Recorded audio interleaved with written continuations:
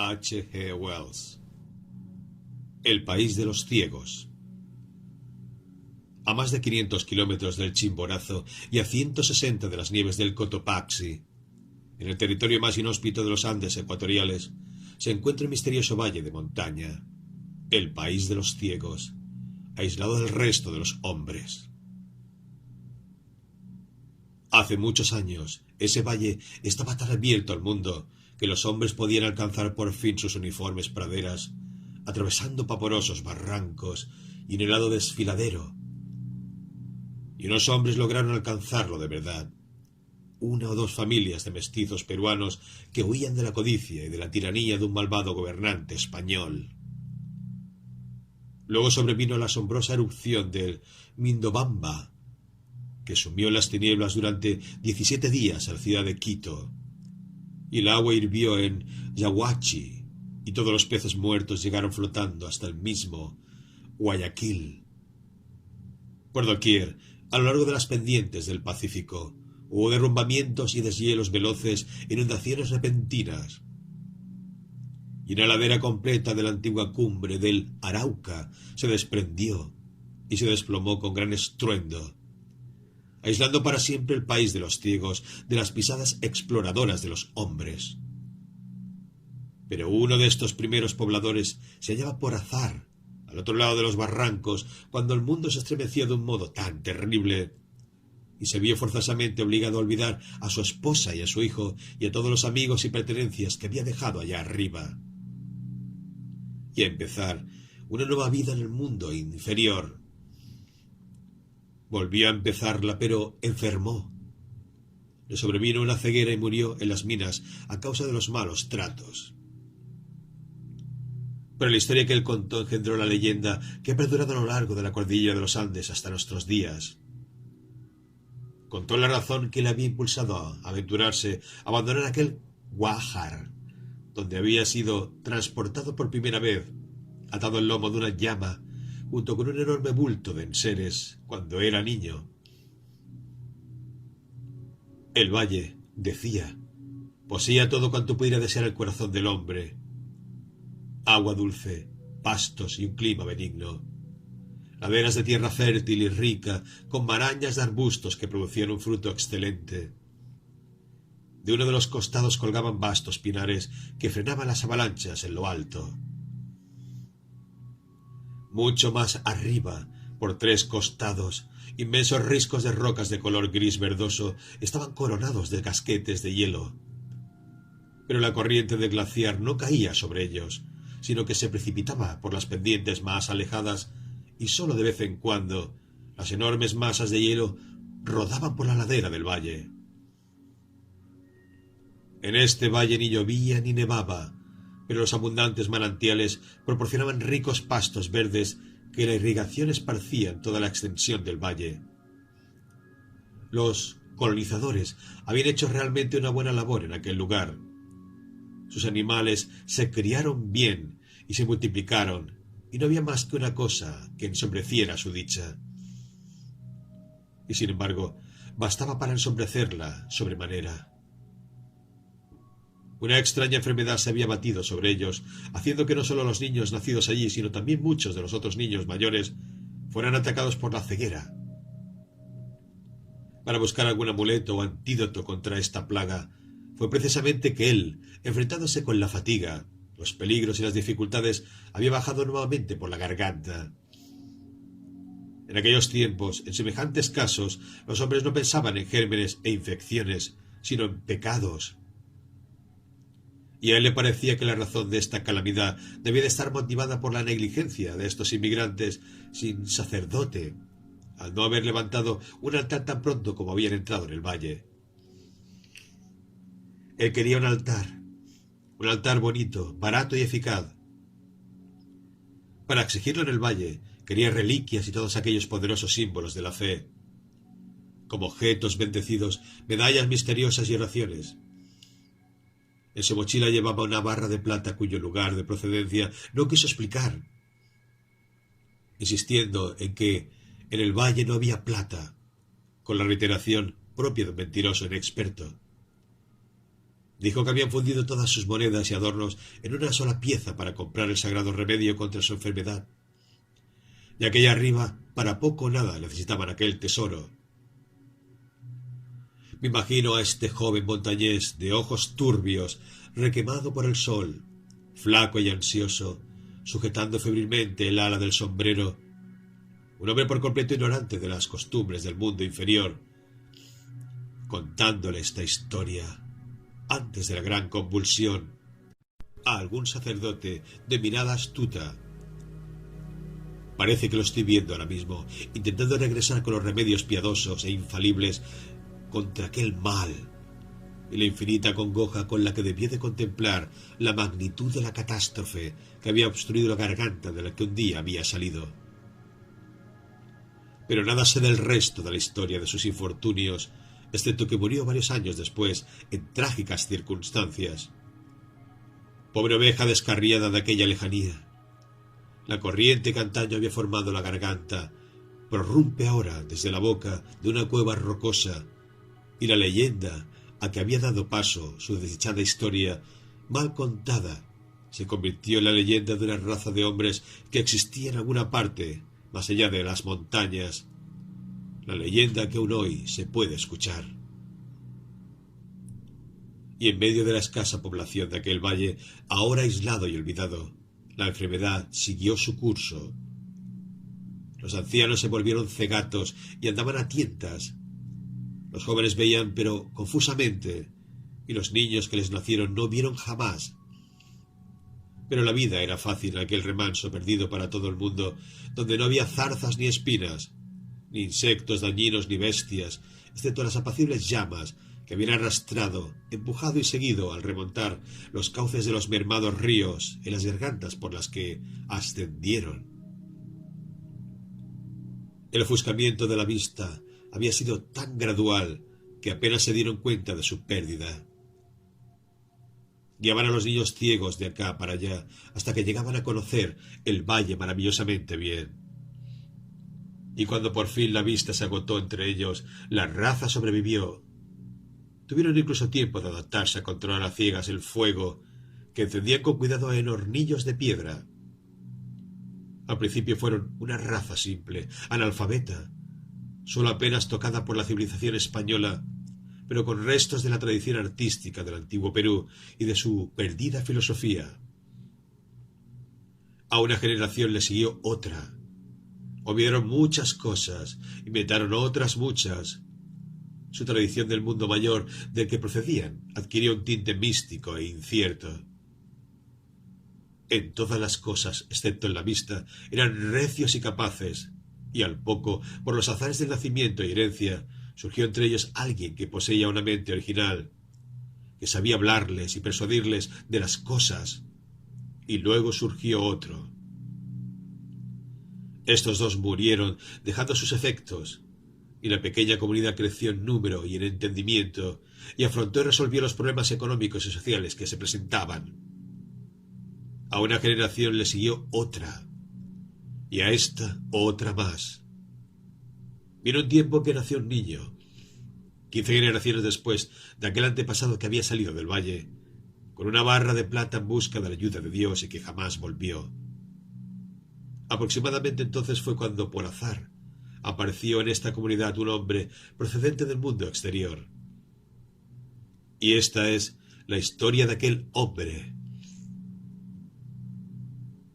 Era un montañero de la región cercana a Quito, un hombre que había bajado hasta el mar y había visto el mundo, un lector de libros de un modo original, un hombre avispado y emprendedor que fue contratado por un grupo de ingleses, que había ido a Ecuador para escalar montañas en sustitución de uno de sus 3 guías suizos que había caído enfermo.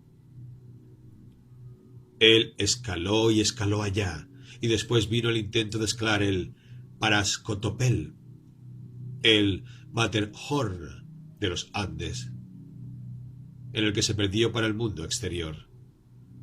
La historia del accidente ha sido escrita una docena de veces. La narración de Pointier es la mejor. Cuenta cómo el grupo fue venciendo su difícil, casi vertical camino hasta los mismos pies del último y mayor de los precipicios, y cómo construyeron un refugio nocturno entre la nieve, sobre el pequeño saliente de una roca, y con un toque de auténtico dramatismo, como se dieron cuenta al poco tiempo de que Núñez no estaba entre ellos. Gritaron, y no hubo respuesta. Gritaron y silbaron y, durante el resto de la noche, ya no pudieron conciliar el sueño. A la clara luz de la mañana hallaron las huellas de su caída. Parece imposible que él no hubiera podido articular un sonido. Había resbalado hacia el este, en dirección a la ladera desconocida de la montaña. Mucho más abajo se había golpeado contra un escarpado helero, y había seguido bajando, abriendo un surco en medio de la luz de nieve. Su rastro iba a parar directamente al borde de un pavoroso precipicio, y más allá de éste, todo quedaba sumido en el misterio. Abajo, mucho más abajo, a una distancia indeterminada a causa de la bruma, pudieron ver unos árboles que se erguían en un valle angosto y confinado. El perdido país de los ciegos. Pero ellos no sabían que se trataba del país de los ciegos, y tampoco podían distinguirlo en modo alguno de cualquier otro retazo del valle angosto de tierras altas. Desalentados por el desastre, abandonaron su intento aquella misma tarde, y Pointer fue llamado a filas antes de que pudiera llevar a cabo otra expedición. Hasta hoy, el Parascotepel continúa exhibiendo su cumbre virgen, y el refugio de Pointer se desmorona entre las nieves sin que nadie haya vuelto a visitarlo. Pero el hombre caído sobrevivió.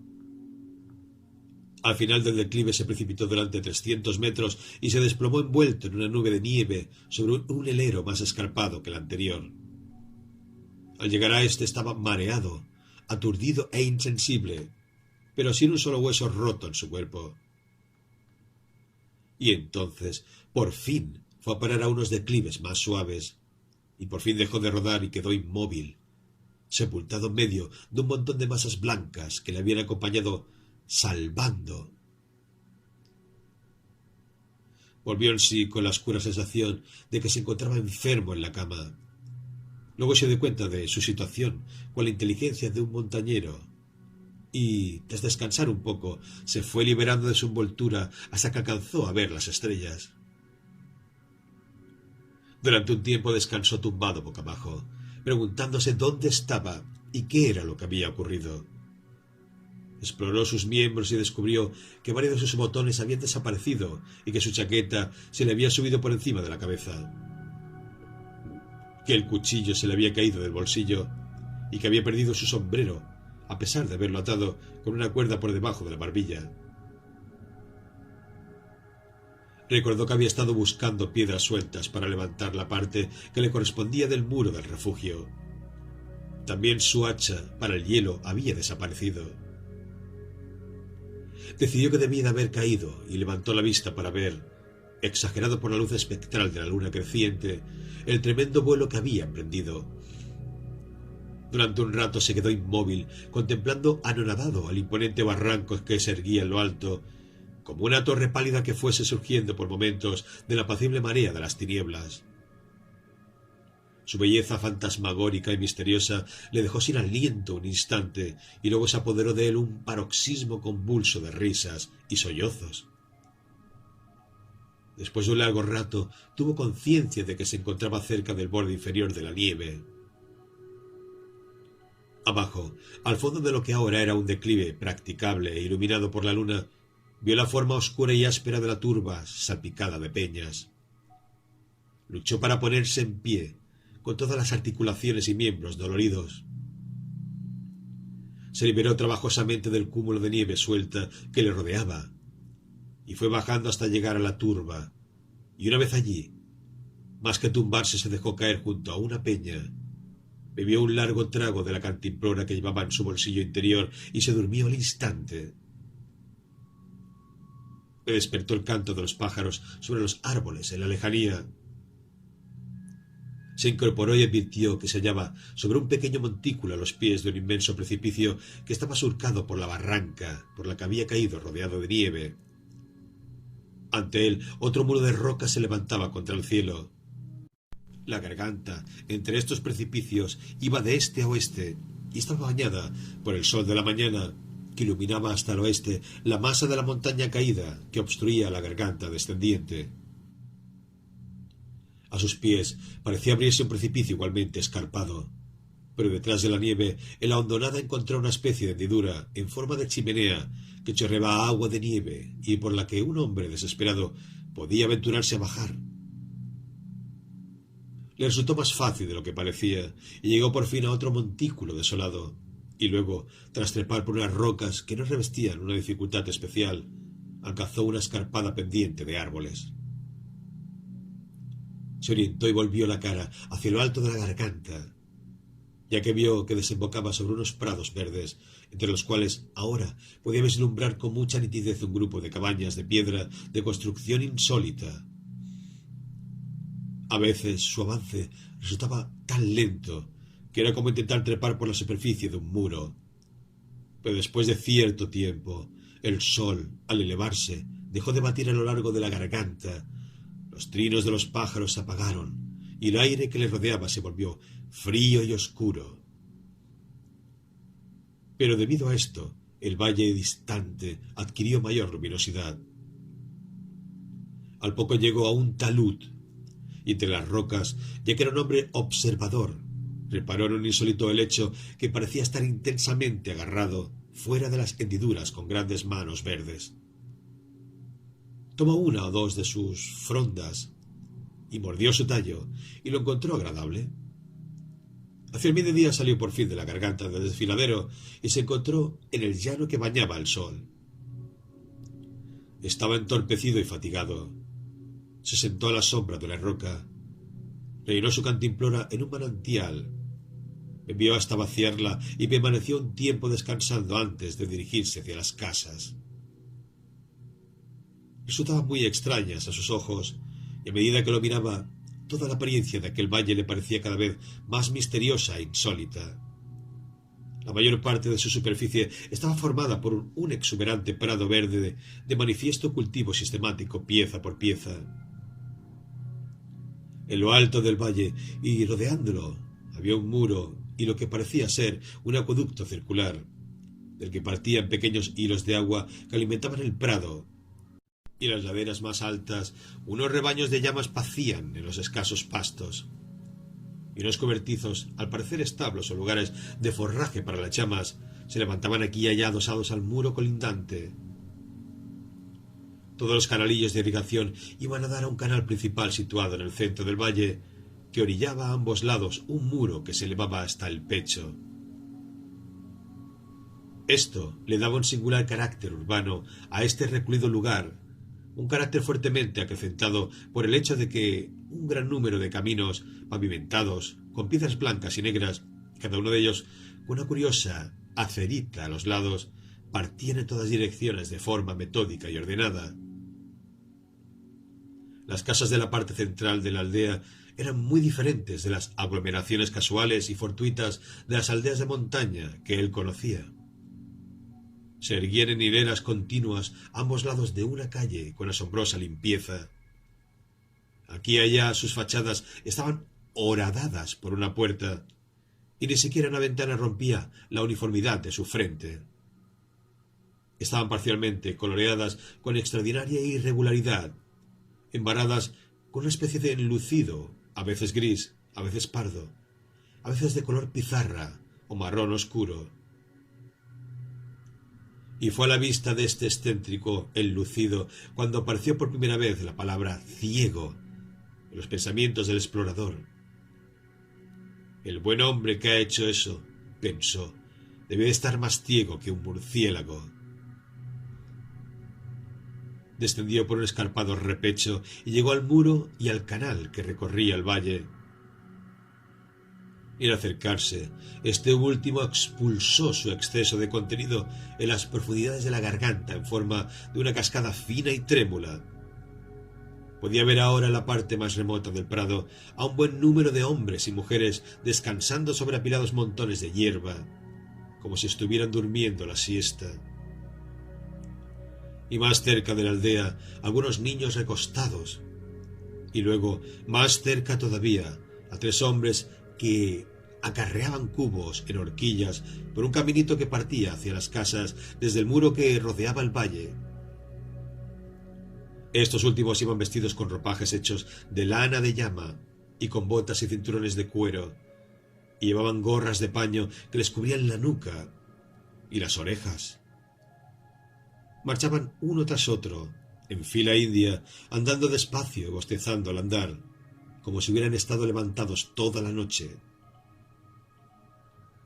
Había algo tan tranquilizador, próspero y respetable en su porte que, tras un momento de vacilación, Núñez se adelantó visiblemente todo cuanto pudo sobre la roca y lanzó un grito poderoso cuyo eco resonó en todo el valle. Los 3 hombres se detuvieron y movieron las cabezas como si estuvieran mirando a su alrededor. Volvieron las caras de uno a otro lado y Núñez gesticuló, pero no parecieron verle a pesar de todos sus gestos. Y al cabo de un rato, dirigiéndose hacia las lejanas montañas de la derecha, gritaron a su vez como respuesta. Núñez voceó de nuevo y entonces, una vez más, mientras gesticulaba sin resultado, la palabra ciegos abrió paso entre sus pensamientos. «Estos estúpidos deben de estar ciegos», dijo. Cuando por fin, tras muchos gritos e irritación, Núñez cruzó el riachuelo por un puentecillo, entró por una puerta que había en el muro y se acercó a ellos. Estuvo seguro de que estaban ciegos. Tenía la certeza de que este era el país de los ciegos del que hablaban las leyendas. Había surgido ante él la convicción y una premonición de gran aventura, decididamente envidiable. Los 3 se quedaron el uno junto al otro sin mirarle, pero con los oídos colocados en su dirección, juzgándole por sus pasos no familiares.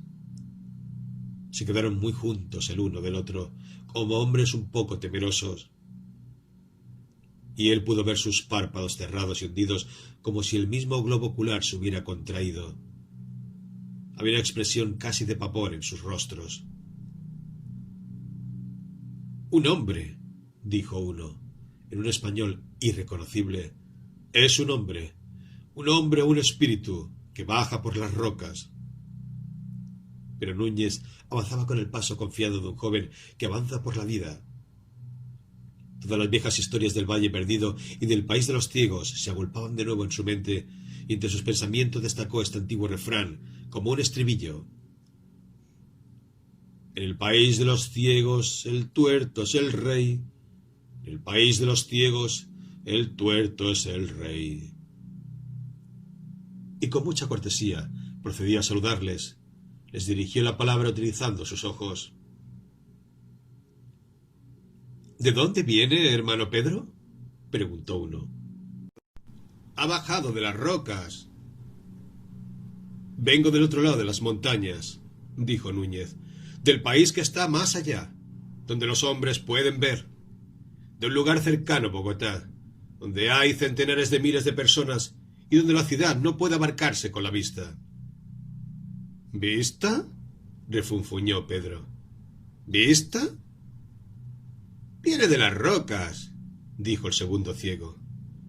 Núñez vio que el paño de sus abrigos estaba confeccionado de un modo curioso, cada uno con costuras diferentes. Le sobrecogieron cuando hicieron un movimiento simultáneo hacia él, alargando los 3 una mano. Retrocedió para alejarse del avance de aquellos dedos extendidos. «Ven acá», dijo el tercer ciego, siguiendo su ademán y asiéndole diestramente. Y sujetaron a Núñez y le palparon por todas partes sin decir una palabra hasta que hubieron terminado. «¡Cuidado!», gritó él, con un dedo en el ojo, notando que ellos pensaban que aquel órgano, con la agitación de sus tapaderas, resultaba una cosa extraña en él, y volvieron a tocarlo. «¡Extraña criatura, Correa!», dijo aquel que se llamaba Pedro. «¿Habéis notado lo áspero que tiene el pelo? Es igual que el pelo de la llama. Es tan áspero como las rocas que lo engendraron», dijo Correa, investigando la barbilla no rasurada de Núñez con mano suave y ligeramente húmeda. Tal vez se refine. Núñez luchó un poco para zafarse de aquel examen, pero le sujetaron con firmeza. ¡Cuidado!, volvió a decir. «¡Habla!», dijo el tercer hombre. «No cabe duda de que es un hombre». «¡Uf!», exclamó Pedro ante la tosquedad de su chaqueta. «¿Y has venido al mundo?», preguntó Pedro. «He salido de él, cruzando montañas y glaciares, justo por encima de esas alturas, a medio camino del sol, de un inmenso mundo que baja hasta el mar tras 12 días de camino». Apenas parecían escucharle. «Nuestros padres nos contaron que los hombres podían ser criados por las fuerzas de la naturaleza», dijo Correa, «por el calor de las cosas, la humedad y la podredumbre. La podredumbre. Conduzcámosle ante los ancianos», dijo Pedro. «Grita primero», dijo Correa, «no sea que los niños se asusten. Este es un acontecimiento extraordinario». Y así gritaron, y Pedro se encaminó el primero tomando a Núñez de la mano para conducirle hacia las casas. Él retiró la mano diciendo: «¿Puedo ver?». «¿Ver?», dijo Correa. «Sí, ver», dijo Núñez, volviéndose hacia él y tropezando con el cubo de Pedro. «Sus sentidos aún son imperfectos», dijo el tercer ciego. «Tropieza y habla, con palabras sin significado. Llévale de la mano». «Como queráis», dijo Núñez, dejándose llevar mientras reía. Parecía no tener ni la menor noción de la vista. Bien, a su debido tiempo ya les enseñaría a él. Oyó los gritos de la gente y vio una serie de figuras que se reunían en la calle principal de la aldea. Comprobó que ese primer encuentro con la población del país de los ciegos ponía a prueba sus nervios y su paciencia más de lo que había previsto. El lugar le pareció más grande a medida que se iba acercando, y los enlucidos embarrados más extravagantes, y una multitud de niños, de hombres y de mujeres. Reparó complacido en que algunas de aquellas mujeres y muchachas poseían rostros muy agradables, a pesar de que todas ellas tenían los ojos cerrados y hundidos. Comenzó a rodearle, a agarrarle, a tocarle con manos suaves y sensibles, oliéndole y escuchando cada una de las palabras que él decía. No obstante, algunas de las muchachas y niños se mantuvieron alejados, como si sintieran miedo, y la verdad es que su voz parecía áspera y brusca en comparación con las delicadas voces. Formaron un tumulto a su alrededor. Sus 3 guías permanecieron muy cerca de él, con un esfuerzo digno de unos propietarios mientras decían una y otra vez: «Un hombre salvaje venido de las rocas». «De Bogotá», dijo él. «Bogotá, al otro lado de las cumbres de las montañas». «Un hombre salvaje, que utiliza palabras salvajes», dijo Pedro. «¿Habéis oído eso? ¿Bogotá? Su mente apenas está formada. No posee más que los rudimentos del lenguaje». Un niño pequeño le pellizcó una mano. «Bogotá», dijo burlonamente. «¡Ay! Una ciudad distinta de vuestra aldea. Vengo de un vasto mundo, donde los hombres tienen ojos y ven». «Su nombre es Bogotá», dijeron ellos. «Ha tropezado», dijo Correa. «Ha tropezado 2 veces mientras veníamos aquí. Conducidle ante los ancianos». Y le empujaron de repente a través de una puerta que daba a una habitación tan negra como la brea, excepto en el fondo, donde brillaba débilmente un fuego. La muchedumbre se agolpó tras él y ocultó hasta el último resplandor de la luz del día, y antes de que pudiera detenerse, había caído de cabeza al tropezar con los pies de un hombre sentado. Su brazo incontrolado golpeó la cara de alguna persona mientras caía. Sintió el blando impacto de unas facciones y oyó un grito de ira, y por un momento luchó contra una multitud de manos que se habían apresurado a agarrarle. Era una lucha desigual. Le sobrevino una vaga noción de la situación y se quedó quieto. «Me he caído», dijo. No verían nada con esta intensa oscuridad. Hubo una pausa, como si las personas invisibles que le rodeaban intentasen comprender sus palabras. Luego oyó la voz de Correa que decía: «Solo está recién formado. Tropieza al andar y mezcla en su lenguaje palabras que no tienen ningún sentido». Otros también dijeron cosas sobre él, pero no las oyó, no comprendió perfectamente. «¿Puedo sentarme?», preguntó en una pausa. «No volveré a luchar contra vosotros». Deliberaron y le dejaron levantarse.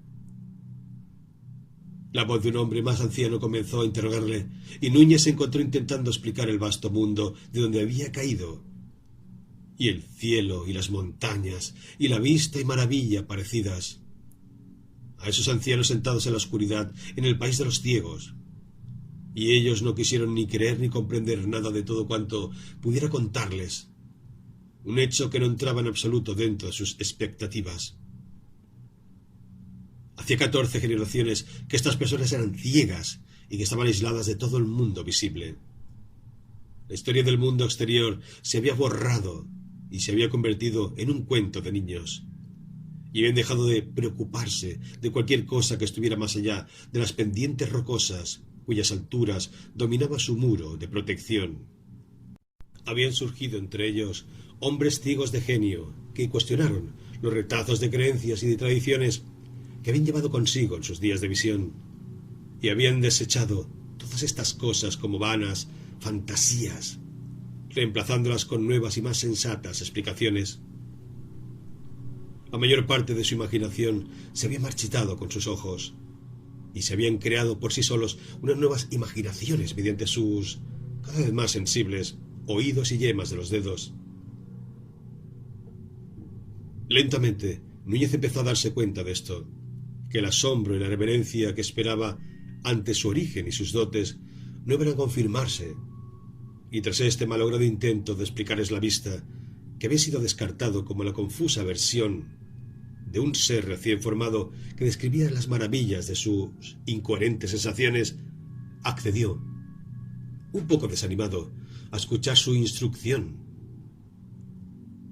Y el más anciano de los ciegos le explicó la vida, la filosofía y la religión, y cómo el mundo, refiriéndose a su valle, había sido al principio un hueco vacío en las rocas, y que después había sido poblado primero por cosas inanimadas, sin el don del tacto, y por llamas, y por unas cuantas criaturas que tenían muy poco sentido, y luego por hombres, y finalmente por ángeles, cuyos cantos y revoloteos podían oírse, pero que nadie podía tocar de ningún modo, cosa que dejó muy perplejo a Núñez hasta que se le ocurrió pensar en los pájaros. Prosiguió contándole a Núñez la forma en que este tiempo había sido dividido en frío y calor, que para los ciegos son los equivalentes del día y de la noche, y cómo lo juicioso era dormir durante el calor y trabajar durante el frío, de modo que, si no hubiera sido por su llegada, todo el pueblo de los ciegos habría estado dormido. Dijo que Núñez debía de haber sido creado especialmente para aprender y ponerse al servicio de la sabiduría que ellos habían adquirido, y que debido a toda su incoherencia mental y a sus tropiezos, debía tener valor y procurar hacer todo lo posible para aprender, ante lo cual todas las personas que se encontraban en el umbral prorrumpieron en murmullos de aliento.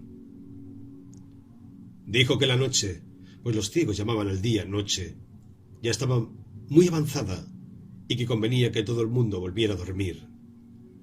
Le preguntó a Núñez si sabía dormir, y Núñez le dijo que sí, pero que antes de dormir quería comida. Le trajeron comida, leche de llama en un cuenco y un pan tosco salado, y le condujeron a un lugar solitario para que comiera sin que le oyeran, y después a dormir hasta que el frío vespertino de la montaña le despertara para volver a empezar su día. pero Núñez no durmió en absoluto. En vez de eso, se incorporó en el mismo lugar donde le habían dejado, descansando sus miembros y dándole vueltas en la cabeza, una y otra vez, a las imprevistas circunstancias que habían rodeado su llegada. De tanto en tanto se reía, a veces divertido y a veces indignado. Una inteligencia sin formar, decía, aún no tiene sentidos. Qué poco imagina que han estado insultando a su amo y señor, enviado por el cielo. Veo que debo hacerles entrar en razón. Tengo que pensar. Aún estaba pensando cuando se puso el sol. Núñez sabía captar la belleza de las cosas, y me parecía que el brillo de las pendientes nevadas y de los glaciares que despedía cada lado del valle era la cosa más hermosa que había visto jamás. Su vista se paseó desde aquel inaccesible deleite hasta la aldea y de los campos irrigados, hundiéndose velozmente en el atardecer. Y de pronto se apoderó de él una oleada de emoción, y dio gracias a Dios desde el fondo de su corazón por haberle regalado el poder de la vista. Oyó una voz que le llamaba desde fuera de la aldea. Bogotá! ¡Ven aquí! Al oír esto dejó de sonreír. Ya le enseñaría a esta gente, de una vez por todas, lo que significaba tener vista para un hombre. Le buscarían, pero no le encontrarían. «¡No te muevas, Bogotá!», dijo una voz. Rió sin hacer ruido y se apartó del camino con 2 pasos furtivos. «¡No pises la hierba, Bogotá! Eso no está permitido». Núñez apenas había oído el ruido que había hecho y se detuvo asombrado. El dueño de la voz subió corriendo hacia él por el sendero jaspeado. Volvió a entrar en el camino. «Aquí estoy», dijo. «¿Por qué no acudiste cuando te llamé?», dijo el ciego. «¿Es que tiene que llevarte igual que a un niño? ¿No oyes el camino al andar?». Núñez rió. «Lo puedo ver», dijo. «No existe ninguna palabra como ver», dijo el ciego tras una pausa. «Basta de insensateces y sigue el ruido de mis pasos». Núñez le siguió un poco irritado. «Ya llegará mi momento», dijo.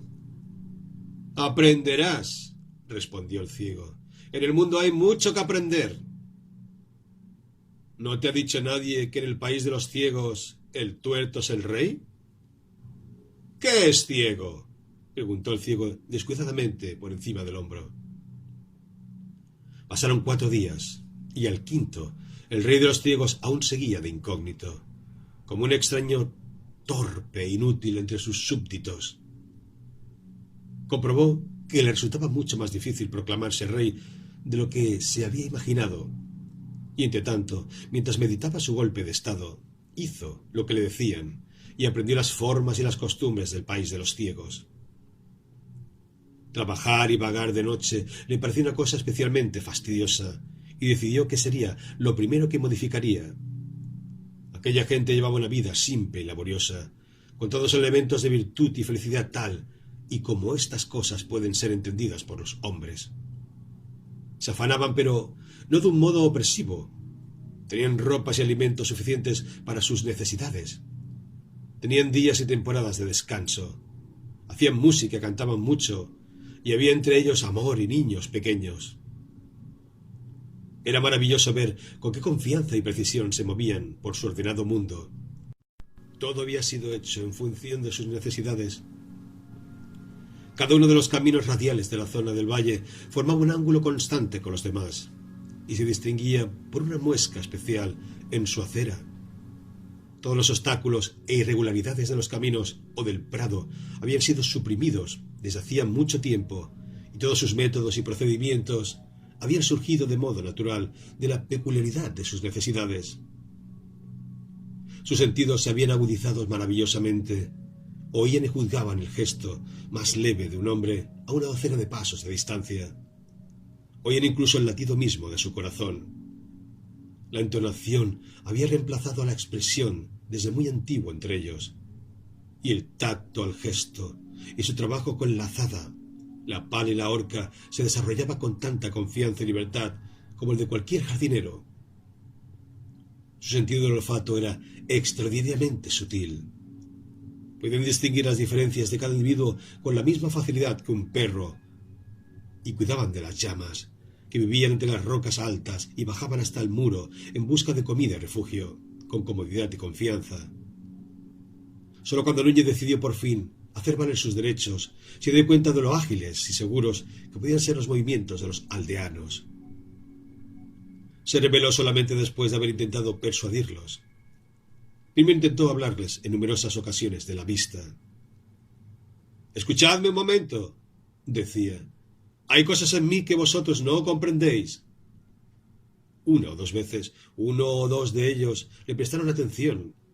Se sentaron con los rostros inclinados hacia abajo y los oídos inteligentemente vueltos hacia él. Y él se esmeró por contarles lo que significaba ver. Entre sus oyentes se encontraba una muchacha con párpados menos enrojecidos y hundidos que los de los demás, de manera que casi podía imaginarse que estaba ocultando unos ojos, a quien él esperaba convencer especialmente. Habló de las bellezas de la vista, de la contemplación de las montañas, del cielo y del amanecer. Y ellos le escucharon con divertida incredulidad, que pronto se trocó en condena. Le dijeron que no existían montañas algunas, sino que el final de las rocas, donde pastaban las llamas, era, con toda seguridad, el final del mundo. A partir de ahí, se erguía el cavernoso techo del universo, desde donde caían el rocío y las avalanchas.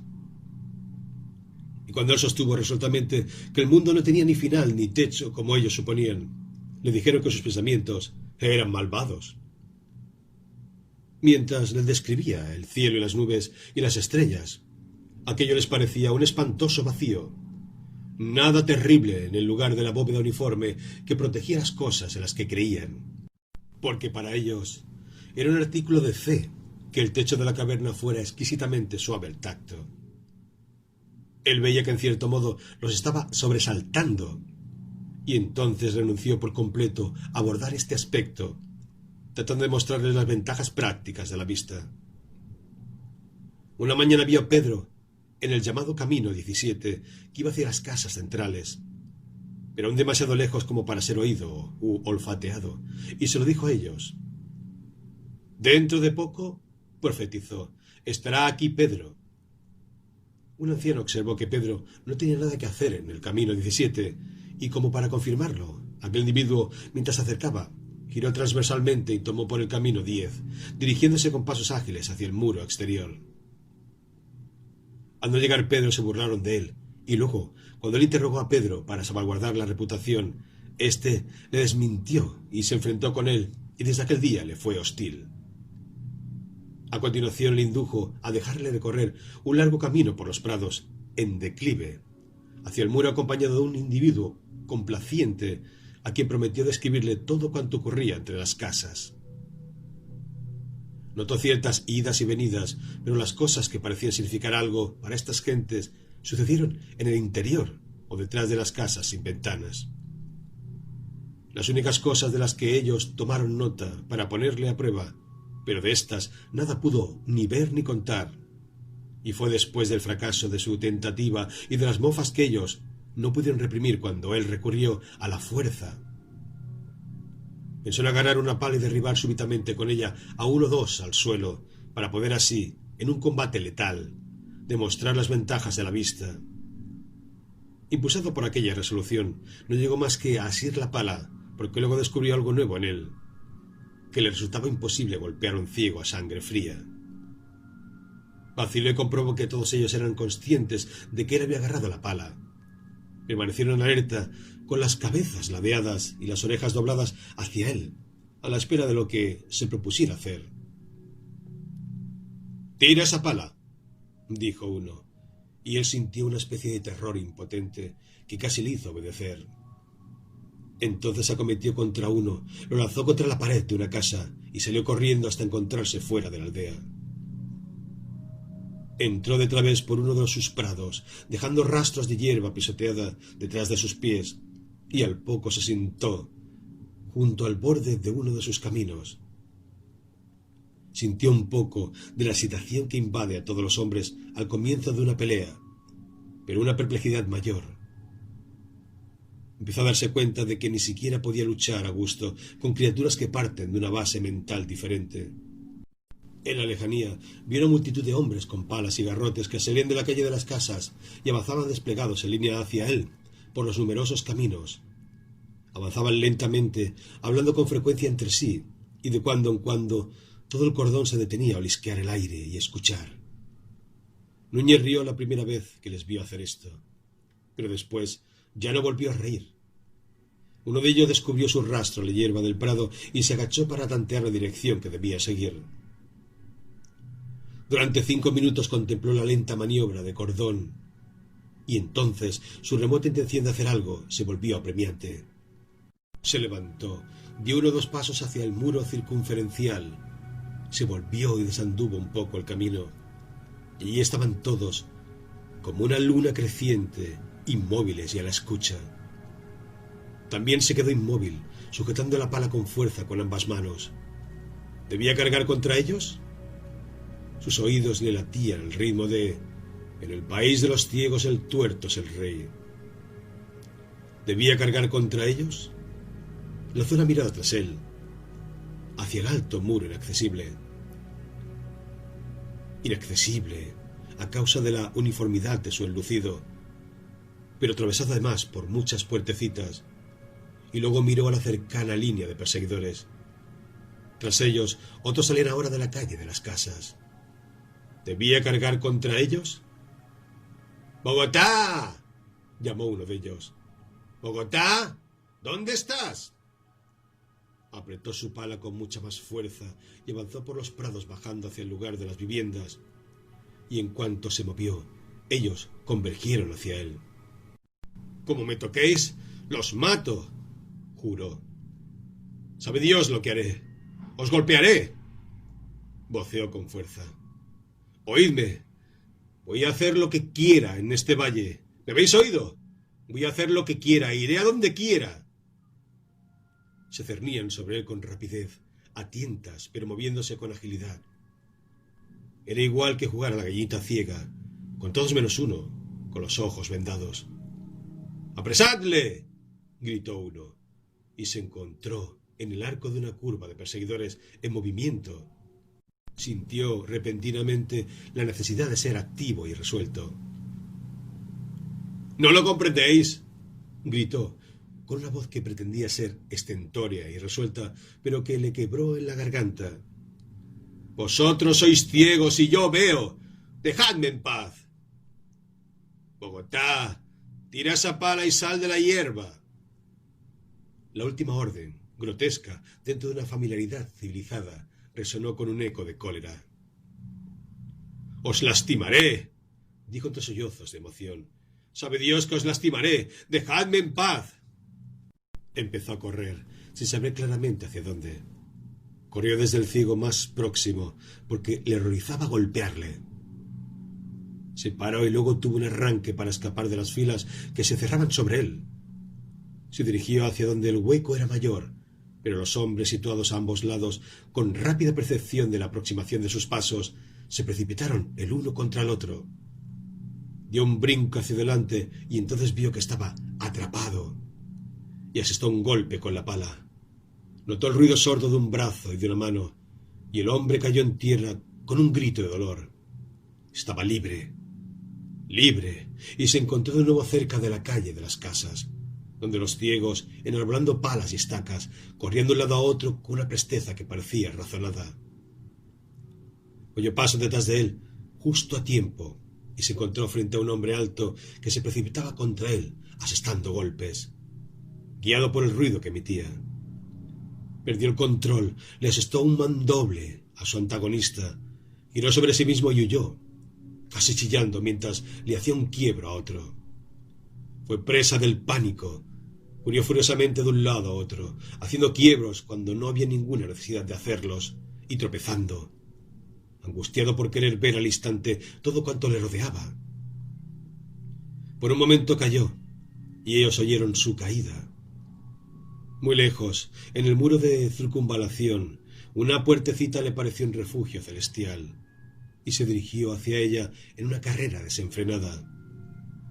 Ni siquiera se volvió para mirar a sus perseguidores hasta que la alcanzó, y eso que había tropezado al cruzar el puente, trepado un trecho entre las rocas con sorpresa de una llama joven, que de un brinco desapareció de su vista y se había tumbado para recuperar el resuello entre sollozos. Y así concluyó su golpe de estado.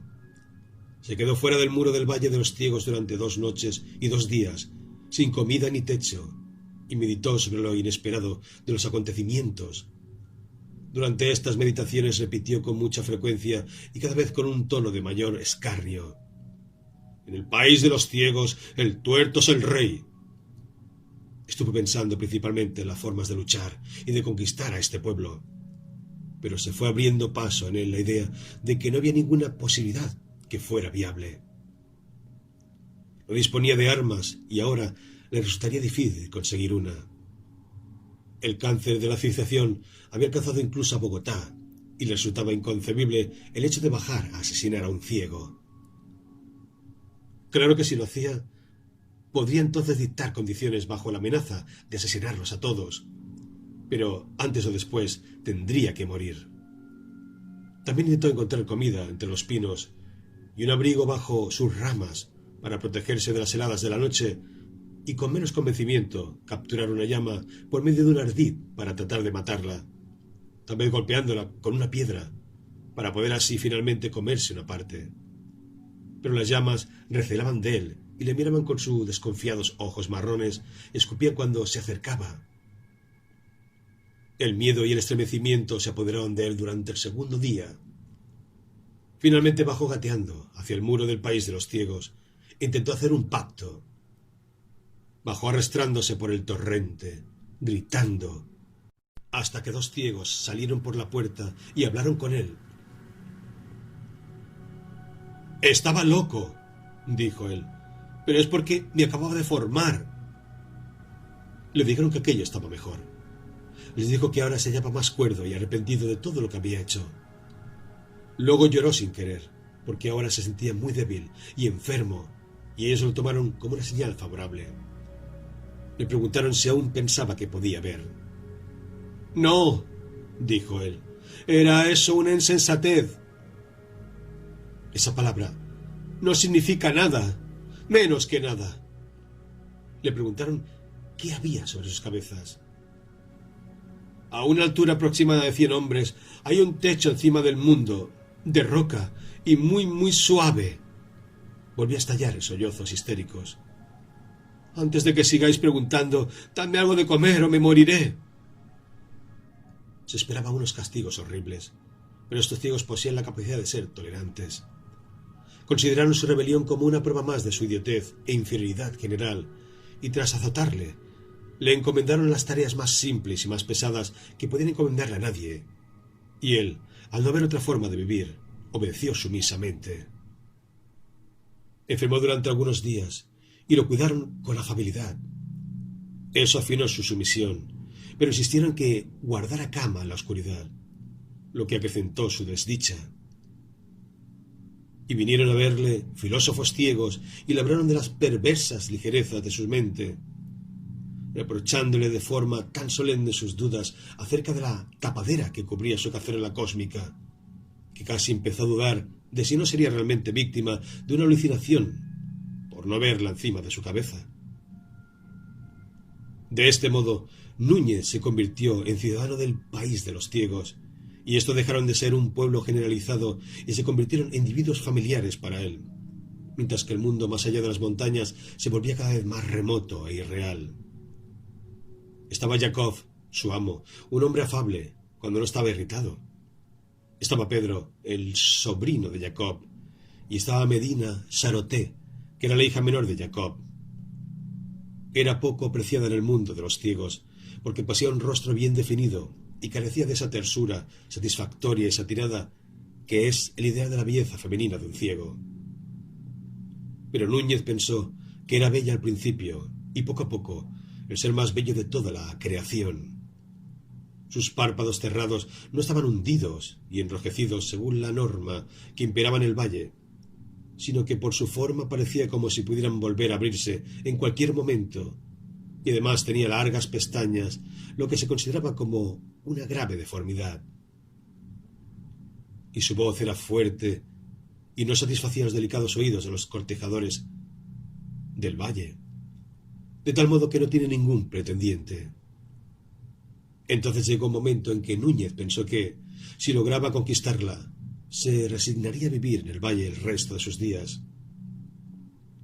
La espiaba, buscó las ocasiones de prestarle pequeños servicios y al poco reparó en que ella le observaba.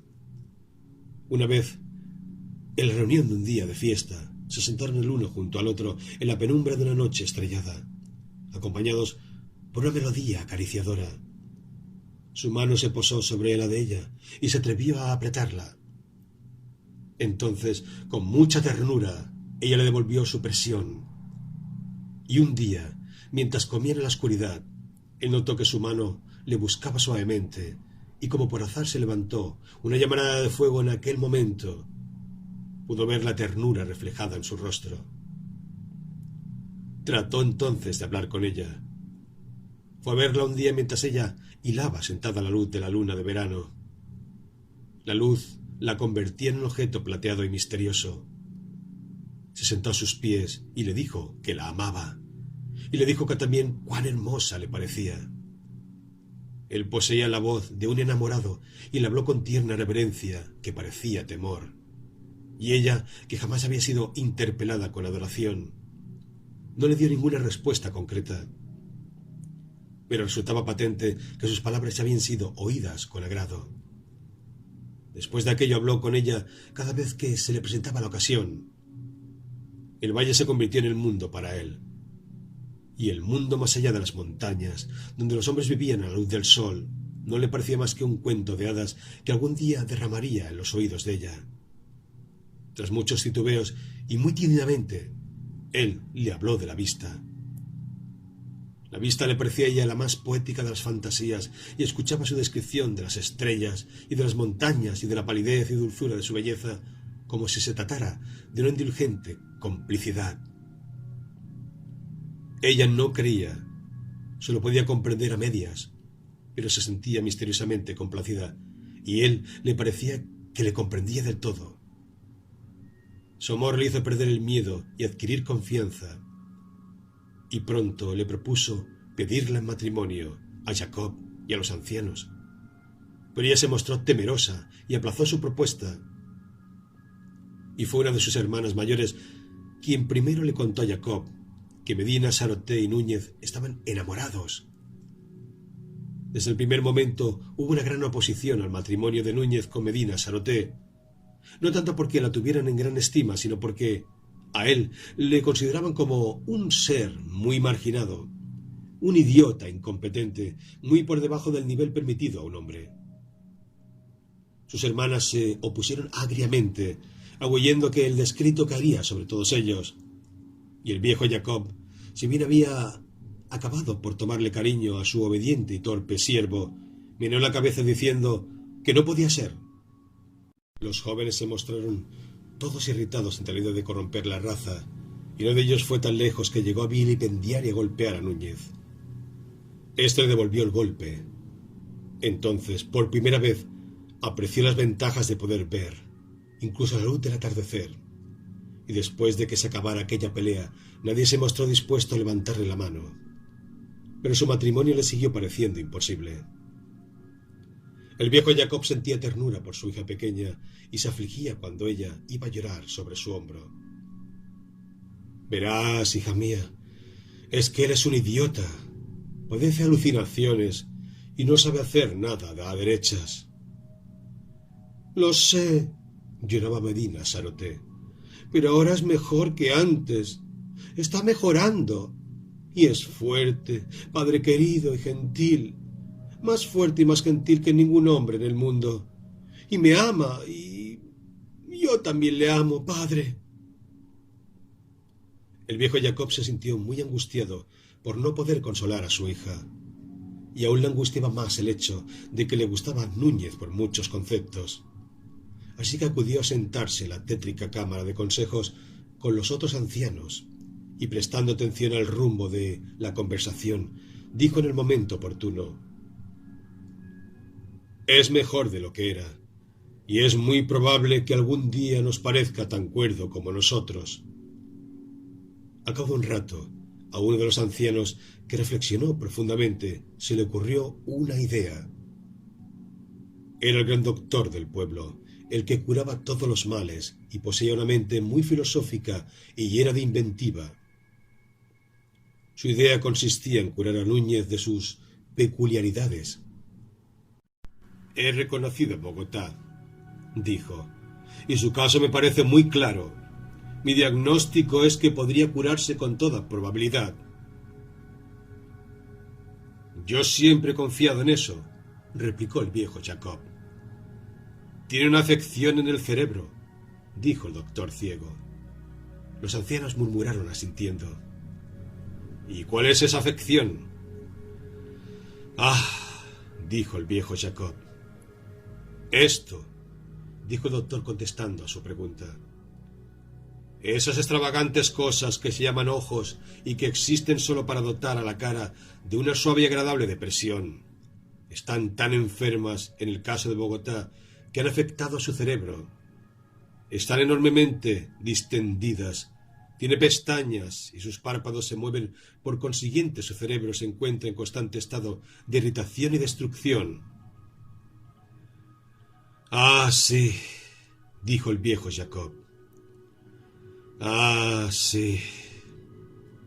Y creo que puedo decir, con un grado de certeza razonable, que, al fin de curarle completamente, solo necesitamos una simple y fácil operación quirúrgica, es decir, extraerle estos cuerpos tan irritantes».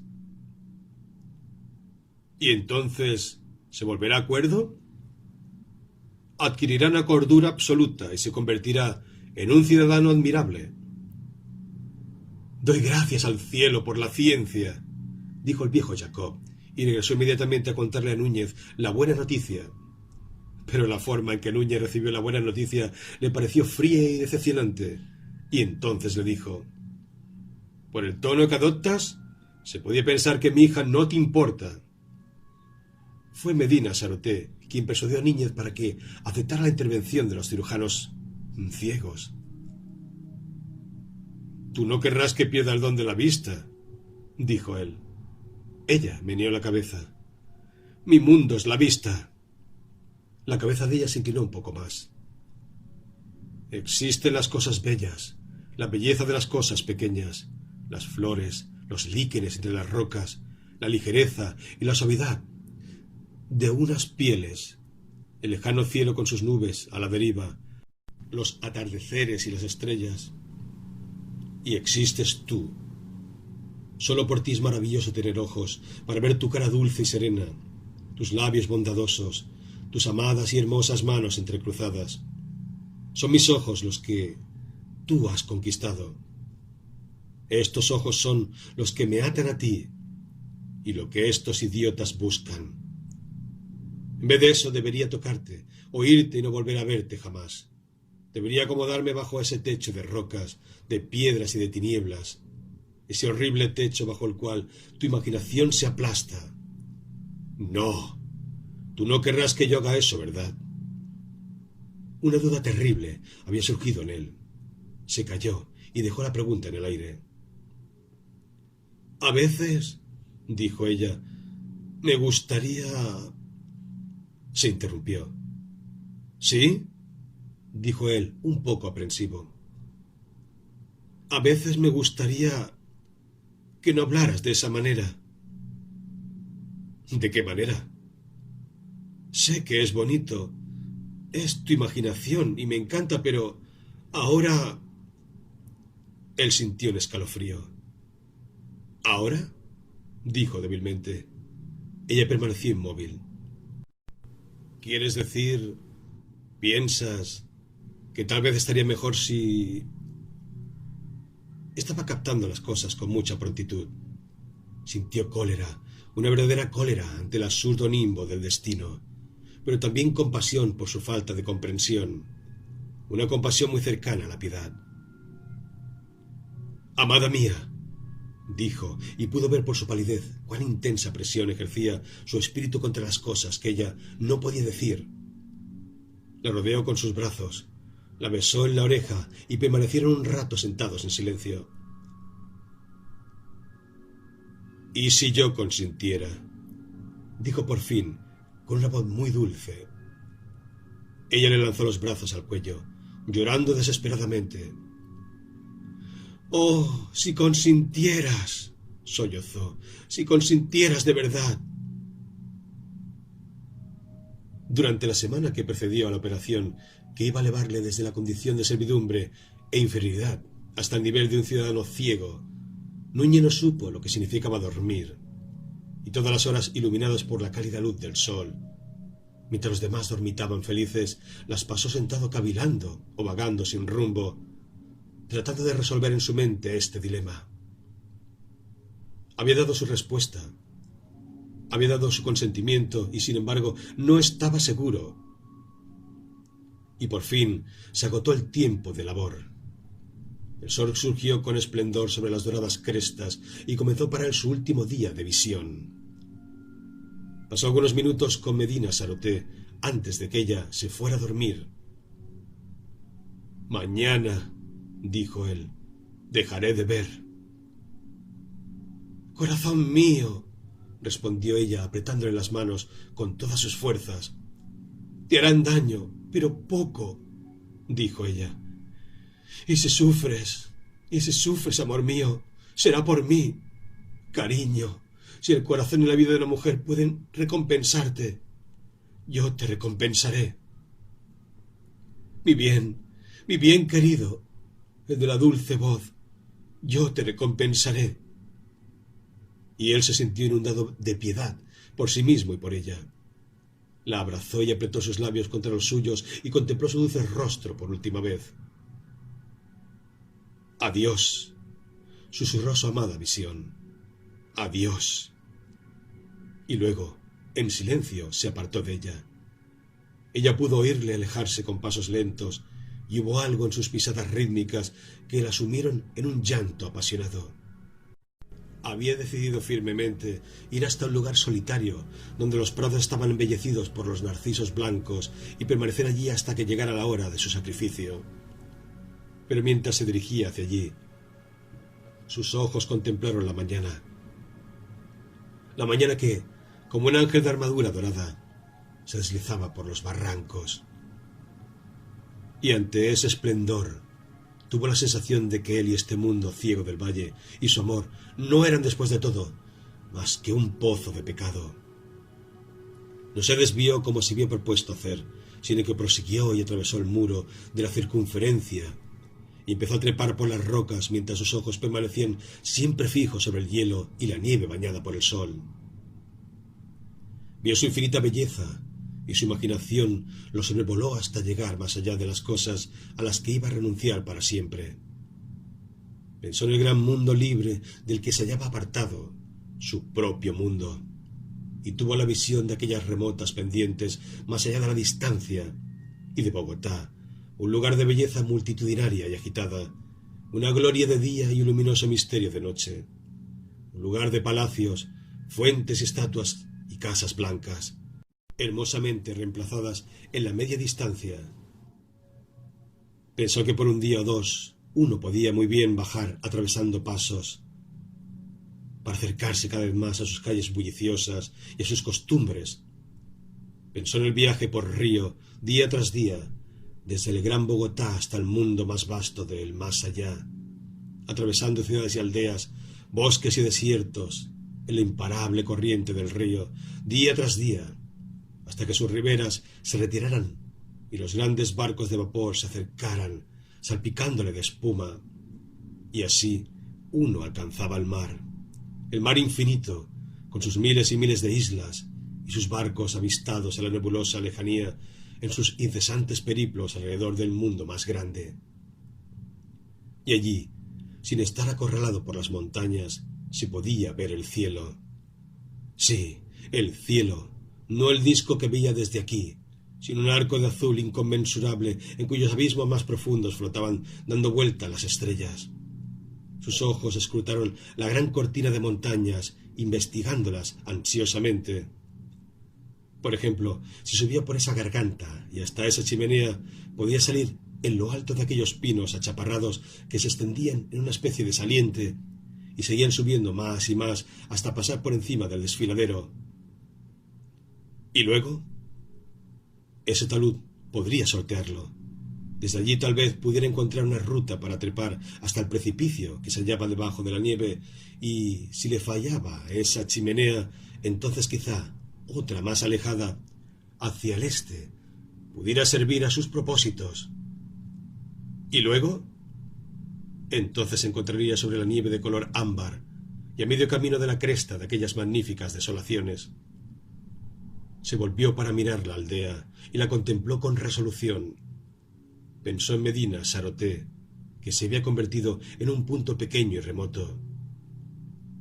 Se volvió de nuevo hacia la pared montañosa, junto a cuyas pendientes le había sorprendido el día. Entonces, muy circunspecto, empezó a trepar. Al ponerse el sol había dejado de trepar, pero se encontraba lejos y muy alto. Había estado más alto, pero aún así seguía estando muy alto. Tenía la ropa desgarrada, los miembros manchados de sangre. Tenía magulladuras en muchos sitios, pero estaba tumbado como si se encontrara a sus anchas, y en su cara lucía una sonrisa. Desde su lugar de reposo parecía que el valle se encontraba en el fondo de un pozo a casi 1,5 kilómetros. Había oscurecido ya, y había bruma y sombras. Aunque las cumbres de las montañas que le rodeaban eran objetos de luz y fuego, y los pequeños pormenores de las rocas que tenía a mano estaban impregnados de una sutil belleza. Una veta de mineral verde que traspasaba la masa gris, los destellos de las facíes de cristal aquí y allá, un diminuto líquen anaranjado de minuciosa belleza muy cerca de su rostro. Había sombras profundas y misteriosas en la garganta, de un azul intenso que se tornaba púrpura, y el púrpura en una oscuridad luminosa, y en lo alto se hallaba la ilimitada inmensidad del cielo. Pero dejó de prestarle atención a estas cosas y permanecía allí tumbado, casi inactivo, sonriendo como si estuviera satisfecho por el mero hecho de haber escapado del Valle de los Ciegos, donde había pensado convertirse en rey. Se apagó el resplandor del atardecer y cuando llegó la noche aún permanecía tumbado y apaciblemente contento, bajo la fría luz de las estrellas.